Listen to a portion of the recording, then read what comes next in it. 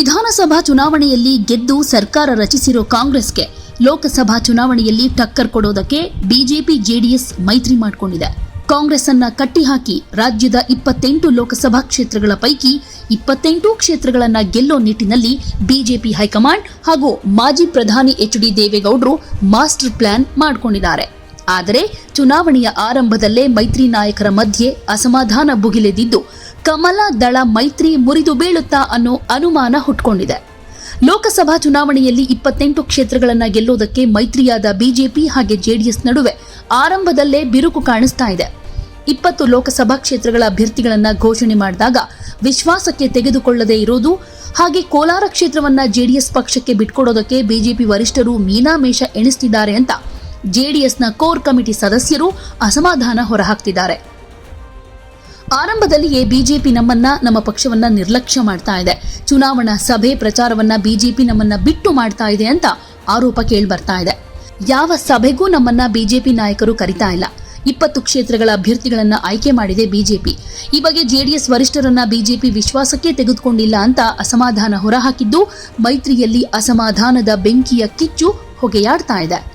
ಇತ್ತ ಬಿಜೆಪಿ ನಾಯಕರ ನಡೆ ಜೆಡಿಎಸ್ ಮುಖಂಡರಿಗೆ ಮಾತ್ರ ಅಲ್ಲ, ದಳಪತಿಗಳಿಗೂ ಬೇಸರವಾಗುವ ಹಾಗೆ ಮಾಡಿದೆ. ಮಂಡ್ಯ ಕೋಲಾರ ಸೀಟು ಹಂಚಿಕೆ ಹಗ್ಗ ಜಗ್ಗಾಟದ ಮಧ್ಯೆ ಬಿಜೆಪಿ ಜೆಡಿಎಸ್ ಮೈತ್ರಿ ಪಕ್ಷಗಳ ನಡುವಿನ ಗೊಂದಲ ಕೂಡ ತಾರಕಕ್ಕೇರಿದೆ. ಬಿಜೆಪಿ ಮೈತ್ರಿ ಧರ್ಮ ಪಾಲನೆಯ ಬಗ್ಗೆ ಜೆಡಿಎಸ್ ನಾಯಕರು ಬಹಿರಂಗವಾಗಿ ಅಸಮಾಧಾನ ಹೊರಹಾಕ್ತಿದ್ದಾರೆ. ಹಾಗಾದ್ರೆ ಈ ಮೈತ್ರಿ ಧರ್ಮ ಯಾಕೆ ಪಾಲನೆ ಆಗ್ತಾ ಇಲ್ಲ? ಈ ರೀತಿಯಲ್ಲಿ ಗೊಂದಲ ಸೃಷ್ಟಿಯಾಗ್ತಾ ಇರೋದು ಯಾಕೆ? ಮೈತ್ರಿ ಮುರಿದು ಬೀಳೋದಕ್ಕೆ ಪ್ರಮುಖ ಕಾರಣಗಳು ಏನೇನು ಗೊತ್ತಾ? ಕರ್ನಾಟಕದ 28 ಲೋಕಸಭಾ ಕ್ಷೇತ್ರಗಳ ಪೈಕಿ 20 ಕ್ಷೇತ್ರಗಳಲ್ಲಿ ಬಿಜೆಪಿ ಹೈಕಮಾಂಡ್ ಅಭ್ಯರ್ಥಿಗಳ ಆಯ್ಕೆ ಮಾಡಿದೆ. ಆದರೆ ಅಭ್ಯರ್ಥಿಗಳ ಆಯ್ಕೆ ವಿಚಾರದಲ್ಲಿ ರಾಜ್ಯ ಬಿಜೆಪಿ ನಾಯಕರು ಸಭೆ ನಡೆಸಿ ಹೈಕಮಾಂಡ್ ಅಂಗಳಕ್ಕೆ ಪಟ್ಟಿಯನ್ನ ರವಾನಿಸಿದ್ದಾರೆ. ಹಾಗೆ ರಾಜ್ಯದಿಂದ ಹೋದ ಪಟ್ಟಿಯನ್ನ ಅಳೆದು ತೂಗಿ ಬಿಜೆಪಿ ಹೈಕಮಾಂಡ್ ಅಭ್ಯರ್ಥಿ ಘೋಷಣೆ ಮಾಡಿದೆ. ಬಿಜೆಪಿ ಪಟ್ಟಿಯನ್ನ ಘೋಷಿಸುವಾಗ ಜೆಡಿಎಸ್ ನಾಯಕರನ್ನ ವಿಶ್ವಾಸಕ್ಕೆ ತಗೊಂಡಿಲ್ಲ ಅನ್ನೋ ಬೇಸರ ಇದೆ.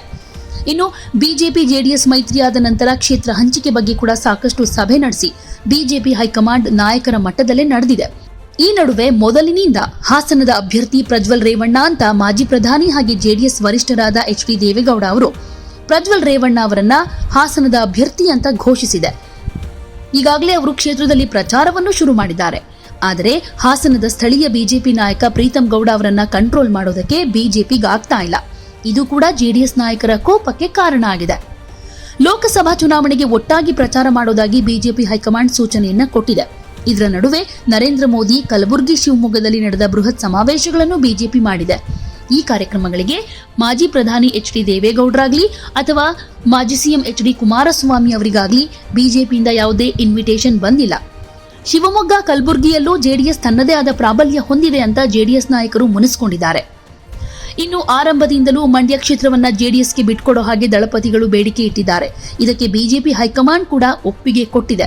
ಆದರೆ ಇನ್ನೂ ಕೂಡ ಫೈನಲ್ ಡಿಸಿಷನ್ ತೆಗೆದುಕೊಂಡಿಲ್ಲ. ಮಂಡ್ಯದಲ್ಲಿ ಚುನಾವಣಾ ತಯಾರಿಯನ್ನ ಜೆಡಿಎಸ್ ನಾಯಕರು ನಡೆಸ್ತಾ ಇದ್ದಾರೆ. ಆದರೆ ಮಂಡ್ಯದ ಹಾಲಿ ಸಂಸದೆ ಸುಮಲತಾ ಅಂಬರೀಶ್ ಅವರು ಮಂಡ್ಯ ಕ್ಷೇತ್ರದ ಬಗ್ಗೆ ದಿನಕ್ಕೊಂದು ಹೇಳಿಕೆ ಕೊಡ್ತಾ ಇದ್ದು ಮಂಡ್ಯ ಸಂಸದೆ ಸುಮಲತಾ ಅಂಬರೀಶ್ ಅವರನ್ನ ಕರೆದು ಮಾತಾಡಿ ಮಂಡ್ಯದಲ್ಲಿ ಗೊಂದಲ ಮಾಡ್ತಿದ್ದಾರೆ ಅನ್ನೋ ಬೇಸರ ಜೆಡಿಎಸ್ ನಾಯಕರಿಗಿದೆ.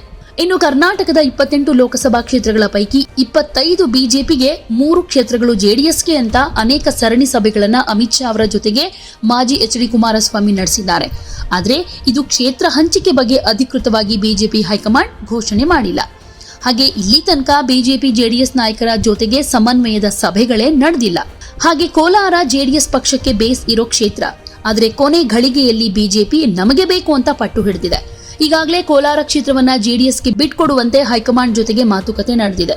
ಆದ್ರೂ ಕೂಡ ಬಿಜೆಪಿ ಕೊನೆ ಗಳಿಗೆಯಲ್ಲಿ ಕೋಲಾರಕ್ಕಾಗೆ ಪಟ್ಟು ಹಿಡಿದಿದೆ. ಮೈತ್ರಿ ಧರ್ಮದ ಬಗ್ಗೆ ಬಿಜೆಪಿ ನಾಯಕರು ನಿರ್ಲಕ್ಷ್ಯ ತಾಳ್ತಿದ್ದಾರೆ.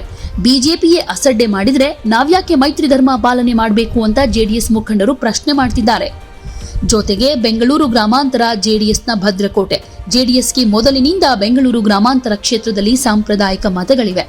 ಆದರೂ ಬಿಜೆಪಿ ಪಕ್ಷದ ಚಿಹ್ನೆಯಡಿ ಡಾಕ್ಟರ್ ಮಂಜುನಾಥ್ ಅವರನ್ನ ನಿಲ್ಲಿಸ್ತೀವಿ ಅಂತ ಬಿಜೆಪಿ ಕರೆಸಿದ್ದಕ್ಕೆ ಜೆಡಿಎಸ್ ನಾಯಕರಿಗೂ ಬೇಸರವಾಗಿದೆ ಅಂತ ಹೇಳಲಾಗ್ತಾ ಇದೆ. ಇದೇ ವಿಚಾರಕ್ಕೆ ಕಾಂಗ್ರೆಸ್ ನಾಯಕರು ಸಾಕಷ್ಟು ಟೀಕೆಗಳನ್ನು ಕೂಡ ಮಾಡ್ತಾ ಇದ್ದಾರೆ.